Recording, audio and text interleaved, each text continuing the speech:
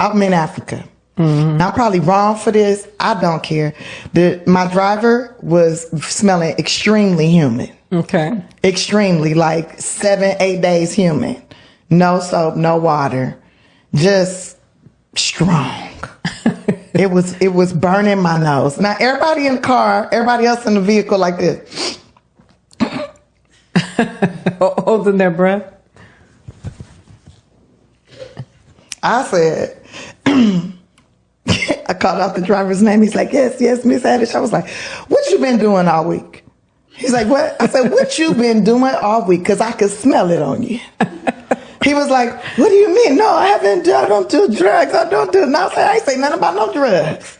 You sound like an auntie, though, right? Whatever you been doing all week, baby, I could smell it. And I could tell you it ain't been hitting the water. Okay? You ain't hit the water. Tiffany Haddish strikes again, causing controversy. But I have a few words. This is not going to be long. This was forwarded to me by my dear sister. And I looked at it and I said, okay, here we go again. What ratchetness, what classless statement is she going to make now? And I looked at it and I listened to it. And the thing is, I'm so surprised that there were so many diverse answers from what I'm assuming is much of my people. African American, American African, whatever you want to call it, melanated, copper colored, whatever. Because you know we have our identity crisis going on. Every few years we change the name, we seek a new identity. If we can rub the black off of us, some of us we would. We don't know who we are and what we are, and that's half the problem. And, you know, it's funny to me how Tiffany Haddish would mask that as some type of comical experience. But there were so many things that hit me when watching this. Okay, number one, let's just say this. For the people who were downplaying it and saying, well, I don't understand the comments. Why is everybody offended? She didn't say Africans were stink or Ghanaians. She spoke about a specific person while in Africa, who she encountered and how they resolved the situation in a great way. And people on here just getting offended like snowflakes. Well, see, the fact of the matter is, would Tiffany Haddish have said that if she was in Israel and the driver of the vehicle had a last name like Goldstein, Finkelstein, Goldberg? Huh? You think she would have said that in the same way? She wouldn't have, because she knows who's getting her these jobs and signing her paychecks and getting these gigs and who's keeping her out there. And would they have her speak like that about their people? No, you know that's not going to fly. It's not going to fly. But you can always rag another black man, and more so, a black African. Why? Because Memorandum 46 dictates this. Go to Lancescurv.com and look on the sidebar on the left if you go on the website and click on Memorandum 46. If you don't want to go there, you don't have to. But that pretty much explains what is going on to keep us separated, to drive a wedge.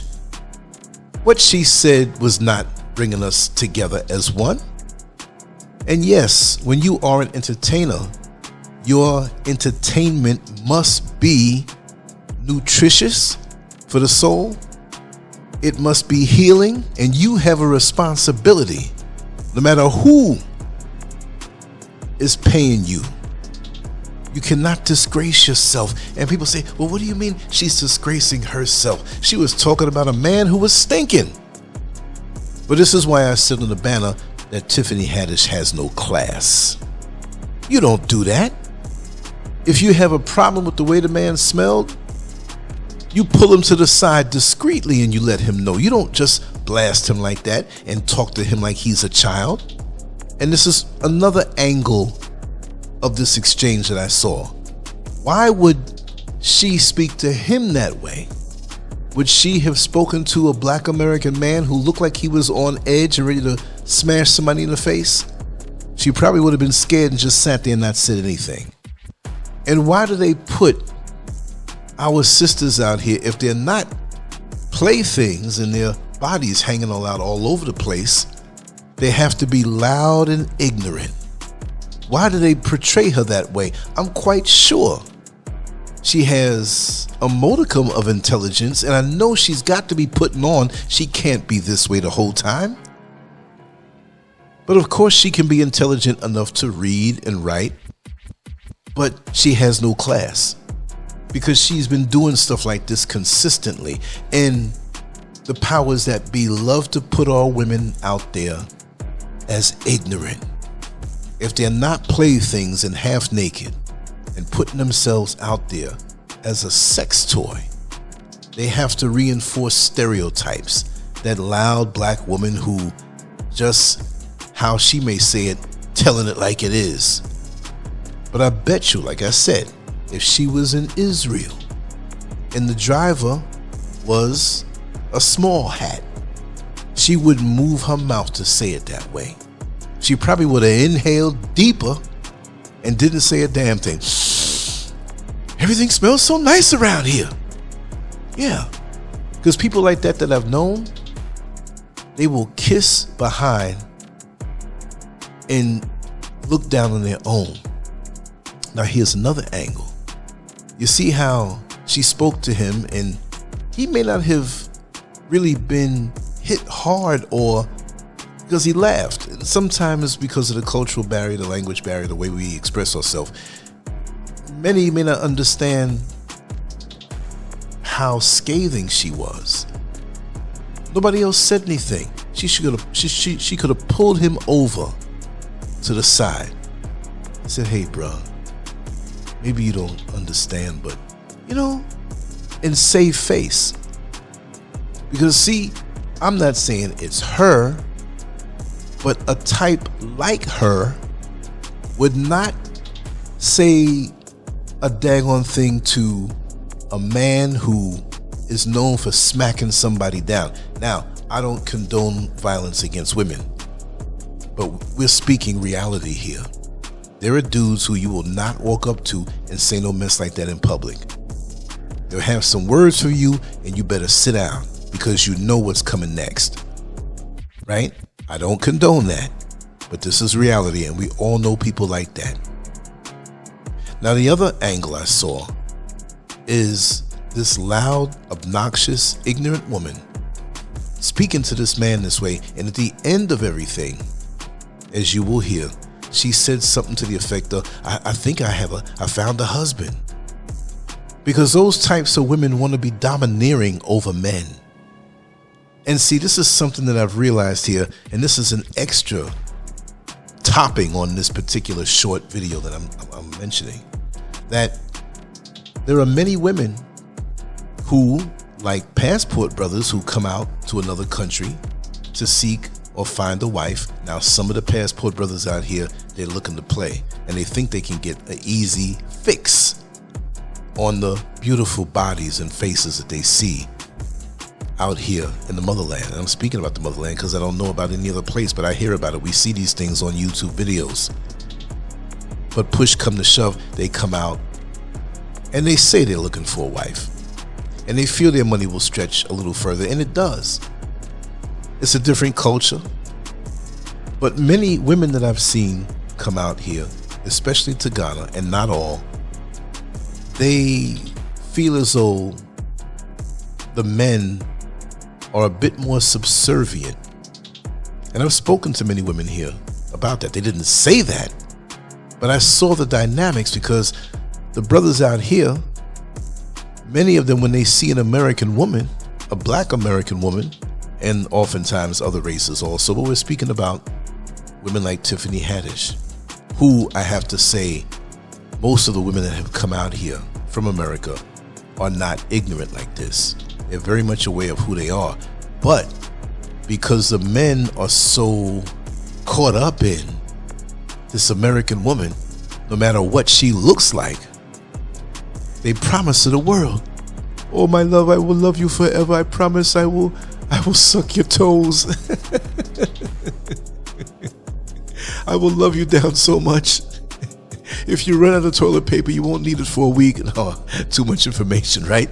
No, but they adore these women. But many of them, I'm sorry, my Ghanaian brothers, a lot of you will act like you adore them, but let you have your friends come out from America to visit. And as soon as your back is turned, they're subtly hitting on them. They want to get as much as they can. So many American women come out here and feel they have a subservient man who they can rule and run around. Because lots of times, you got a little something going on in the bank account. Now, I'm not smearing my brothers out here, but it's like that. And the same with the women that are out here. Lots of times, as old as I am, I might walk to the store by myself or something and nobody's around and, oh, good morning, how are you? My name is so-and-so, you know what I mean? This is can I have your number? I'm like, wait a second. It wasn't like this for me when I was growing up. You just throwing it at me, but no, I'm taking. I can't do that. It's just okay. She doesn't have to know. Really? I had a young lady last week proposition me and offer to have a baby with me. But before, and she had it all mapped out in her mind. Before we have the baby, I want to go to America. So basically, you want to go to America and drop the baby there and have an American baby from an American father, so you'll be straight to be there easier with your papers. Okay. The other thing is Kamala-itis. See, Kamala-itis, you really don't like black men. I'm not saying that Tiffany Haddish doesn't like black men. I don't know. Maybe she doesn't. All I'm saying is when you portray this kind of condescending behavior, no matter who it is to a black man, there's nothing nice about that. To ridicule somebody like that. I mean, what if he had a medical condition? What if he had a hormonal condition and he couldn't help it? You see? But you're going to rag this man like that in front of the other passengers, and you have this rush of superiority, the speaking in a condescending way. And there are a lot of black women who do that. Not all, but some, which is too many. Because again, a woman like Tiffany Haddish would get around a white man who has a modicum of power, and she wouldn't dare. So you wouldn't dare go to Israel and speak to a man who is driving a cab, who is a small hat, and talk to him that way. You wouldn't go to a Hindu shop or an Indian shop and say, oh, I went in there and their feet were stinking. You wouldn't do that. Now, would you? You wouldn't go to any other race of people, especially the men, and speak that way. But you had an audience to feed off of you. Because if it was just you and him, and you said this to him in that same way, but you could have said it nicer, right? See, when you deal with people in different cultures, even if they look like you have to be careful how you speak, because you can say words, but the words can be misunderstood by your delivery. And if it was you and him in the car alone, and he turned around and said, listen, you ignorant bitch, if you don't like it, you can get to stepping and open the door for you and invite you to walk and take another cab. You see what I mean? But you knew that this guy probably needed the money. Of course, he's working. We all work and we all need money, right? But the money for you was your own phallic symbol. The money for you was your penis to buy this man so you can talk to him any kind of way you want. And so this is why you have these modern women who they've made it. Yes, they have money. They made a 6-figure salary or something near it. They have their position in corporate America, and you know this is by design. They give the woman a position. They encourage her with the education more, and the black man doesn't have that same level. And so now she's accepted into this other world, and she comes back to the neighborhood she lives in before she moves out to be with the other people. And she looks down on you. And her money makes her masculine. Now she can get back at the trauma she faced. And you might not even know her, but she's going to come at you that way. You see her in public. This Tiffany Haddish manifestation for this particular video, because I don't know her. I'm only going on what I see. And a lot of women act out that way, where initially, with these modern women, you say something nice to them. You hold the door for them, and they don't even say thank you. They walk on through with an attitude, angry and pissed, walking around with the toxicity that they haven't purged themselves of. So it comes out in little ways like this, sprinkled throughout their day and throughout their existence, and they wonder why every week they have a high cat food bill. They wonder, with all that they've achieved in the corporate world or in their own business, which is something to be celebrated, technically, but the way they take it and the way they use it to beat down, because really they're insecure. And as the years roll by and they find themselves lonely, they find themselves by themselves, they find themselves with not too much of a male social circle. Not that a woman's supposed to run with men all over the place, but the options are gone.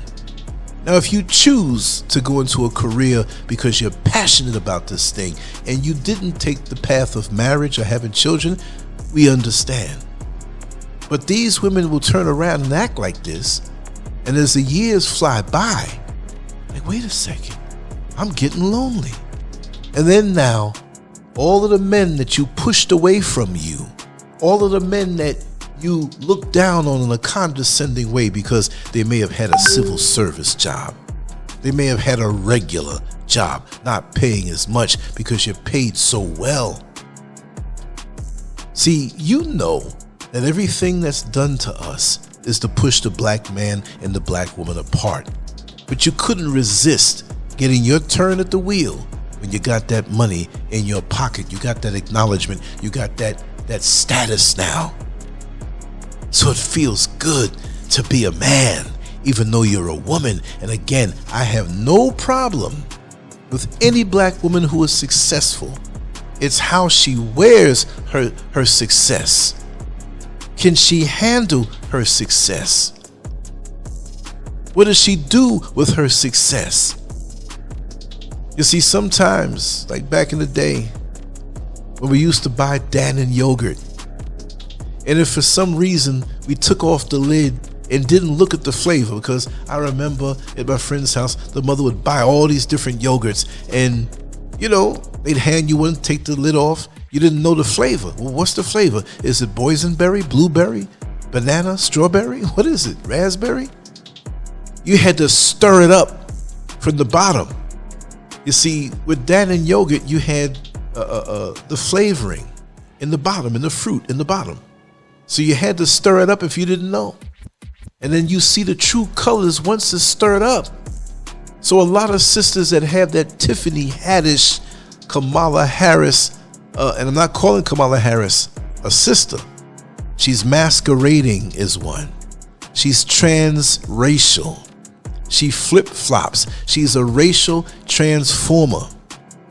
But she still embodies the spirit of a lot of sisters who want to use their position to go after black men, as she has, and turn around and wonder why a black man don't want to vote for her.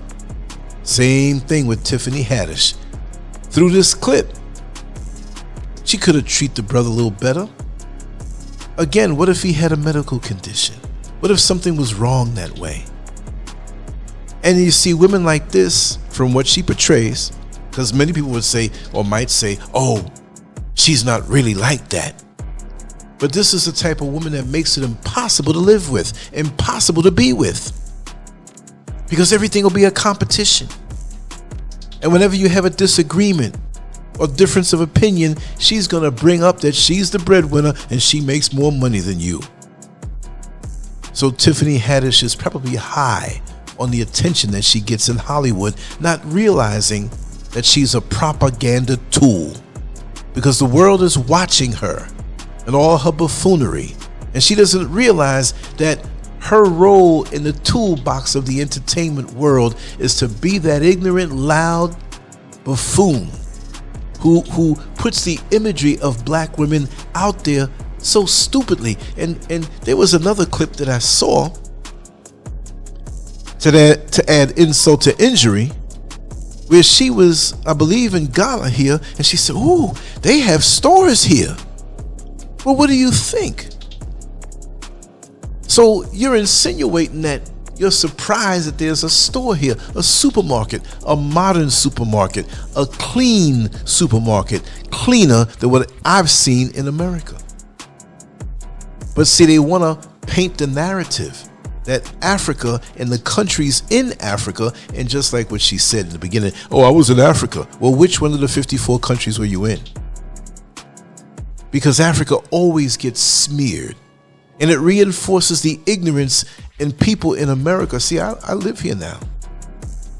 I've been here 49 months so far straight, and I don't miss anything in America except my people. And I have nothing against the land, but the system that you have to wear on your back like a heavy knapsack coming from school when you were a kid, having all these books that you have to take home and study. I don't miss the weight of it at all. And so she further pushes that, yeah, could you imagine young kids? They see somebody from the motherland that has moved over there with their family. Oh, you Africans stink. Because I've known young kids to do this. Even me growing up. Because my father is from Jamaica. And they found that out. They ragged me for that. And then now it's so funny. Many Jamaicans that I know, they can't stop reminding me that I'm not part of them. You are American. Like, God, dog. I got to get it from both sides. I am who I am. But see, these little skits like this, or interviews where you know how you're going to come off, and the other woman, she had no problem with it. Not that she's going to chastise herself for saying that. She's laughing too, like, yeah, this is the way we feel about them Africans. And many will talk about, we had a woman on the show one time was speaking so bad about the motherland and the Africans who came to America. And I'm going to defend both sides. We have ignorance on both sides. On both sides.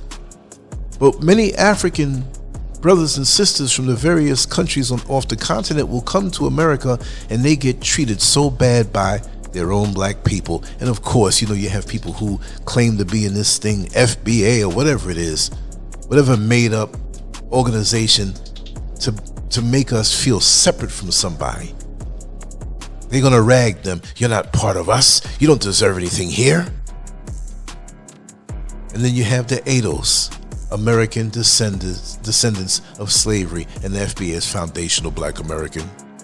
Then you have those who claim to be indigenous. Well, damn, you still running around with the stupidness in your head because we are the original people of the planet Earth. Truth be told, the whole planet is Africa. And I know it's Alkebulan, and I know it's a white man's name that derived from Africa. I understand that. But we're always throwing off on our own, whether you want to accept them or not. And they always put up in the entertainment industry. They always find somebody, just like the nightly news. Something happens in your neighborhood, and you might be at work still, and in the break room looking at the news, and they always get the Pookie and Ray Ray to get on the camera and say something ignorant. They do that to psychologically reinforce the low standards that they want to have pushed to other people, and this is why other people don't have no respect for us, because the cultures are different. And of course, I'm not going to put anybody above my own people. But do you think that a Indian woman would get up there and rag another man? Do you think a Chinese woman would get up there and rag a Chinese man? Whatever they have to talk about, they're going to do it off the camera and behind closed doors. And of course, yes, we have men who rag the women and put them down. This is not what I'm going in on a surgical precision level, because if you follow this platform, I always use that term and say I'm going in surgical precision. And we're speaking about this right now. So don't even try to come into the comment section and deflect. Well, what about the men's? Well, what about them? We're talking about Tiffany Haddish and how they portray black women to be ignorant, and there's always going to be a market for that in this modern day media and entertainment world. So when you see things like this, especially on social media, they can be played over and over again. You got to understand what's the purpose. Because if she said to the brother, pulled him to the side and built him up to see that he's enterprising, he's out there trying to make an honest bit of money, right? They don't focus on that. And when you say an African country is so poor and so downtrodden, you have to wonder, why is it that way? Why is it that way? Who came and took the resources? The leaders who allowed these other people to come and make it poor, where you don't benefit from the riches and the resources under your foot. They don't talk about themselves, how they will fund and bring weaponry to both sides of a tribal feud. And they go to one and whisper to that one, well, listen, to make sure you have these weapons, these tanks, I'm on your side. And they go to the other side and say, hey, I'm going to make sure you have this weaponry, these bombs, these planes, these tanks, these guns, I'm on your side. And the enemy sits back and watches both sides kill each other. And then he step in and want to be the peacemaker. And now you've killed each other off. You have no resources now as far as manpower to build up your country again. And so now they want to give you a loan that they know you can't pay back. So they take over your resources when you can't pay back. And this takes time. Just like they degrade us. Welfare. The man can't be there. The feminist movement, foolish black women latched on to that and abandoned their homes. I'm not saying physically, but mentally. Everything to make the man reduced. And I'm sensitive to that because I know I'm a quality man. I know I'm a high value man. I may not have millions, but I know the integrity that I have, and I'm aware of the technology of the enemy. And so they'll let something like this fly out there. But if they see somebody speaking truth, they'll make sure the algorithms don't see you. They make sure to engineer certain content. And also they watch who is saying what. And they label you. They have AI now patrolling the internet. So when they put something out there, it's not just a brainwash you, which is going to do for most people, especially those who are young, right? Could you imagine how many school fights are going to happen behind this clip? It is an African child directly from Africa, and you're going to have young kids calling this kid stink. He might be smelling better than anybody in that classroom. And this helps to mold and fashion the future generations, because that's what they do. They go after the children. They don't care about me. I'm 61 years old. You'll be out of here soon.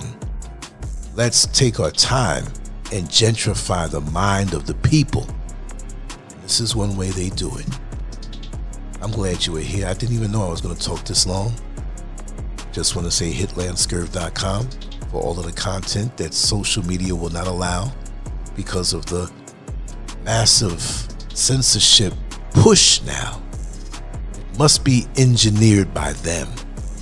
So I have to have my own property, and I do. So always make sure to hit the website, because the writing that I do will now be really off the chain. Can't tell me to mess around and not express myself. I will not be censored. I would like to hear the points that you may have seen in this clip. Okay? But that was the main clip that I played, and I'm going to play the other ones after I finish speaking, so you can pick up on that and leave a comment on the website, Lancescurv.com. Much love to you all. On to the next one. Take care. Thank you for your support. Peace. I'm in Africa. Mm-hmm. I'm probably wrong for this. I don't care.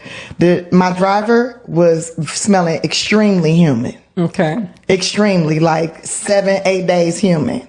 No soap, no water. Just strong.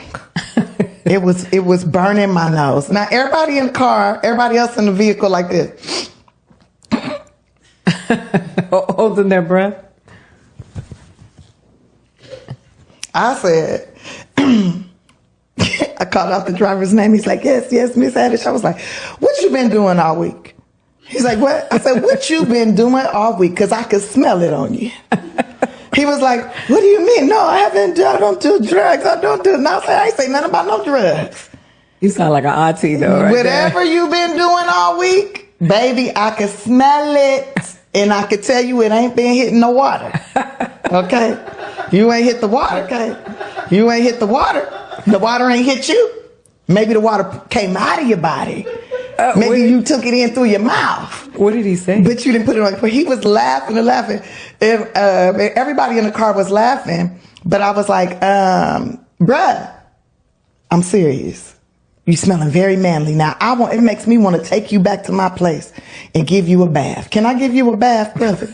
He was like, what? I said, I will scrub you. Baking soda and peroxide in the water. Oh, shit. That's the bath scrub. That's the mouthwash. That's the... It's the everything, girl. That's your stomach out. Yes, that's the everything. I said, I'll give you a peroxide and baking soda bath. What about your feet? Is it good for your feet too? Yeah, it's great for your feet. Great. This all takes the calluses off and gets rid of fungus and all that. So yeah, I offered him a bath and he laughed. I was serious. I didn't laugh not one time. No. I was dead serious. He was laughing. Everybody in the car was laughing. And then I told him, don't come back to work tomorrow. Where I could smell you. If I could smell you and it don't smell like some cologne that you bought over the counter. No. And just the cologne, it's going to be a problem. Make sure I can't smell you tomorrow. Did he come back tomorrow? He came back the next day, baby. He didn't smell like nothing. Oh, good. And I was very proud of him. Very proud of him. And I told him, I'm so proud of you. And I gave him a $50 tip. Oh. Right? Trying to encourage good behavior. But then the next day, I don't know if he picked the dirty shirt up out the hamper or what. He was musty again? Oh, child. I said, baby, it's strong. Did you say, give me my $50 No, I didn't say give it back. I said, baby, it's strong. We got to pull this together. You got to get this together. And so he got it together. And then by the end, I didn't smell him no more. He always smelled good, always had cologne. But then I had bought him, like every time we went shopping, I bought him a different cologne that I like. And now we talk on WhatsApp all the time. Oh, that's nice. And, I might have me a husband by the time I get back to Africa. Okay, listen. Sometimes you got to clean that man up. Lancescurv.com. Bold, raw, and uncut.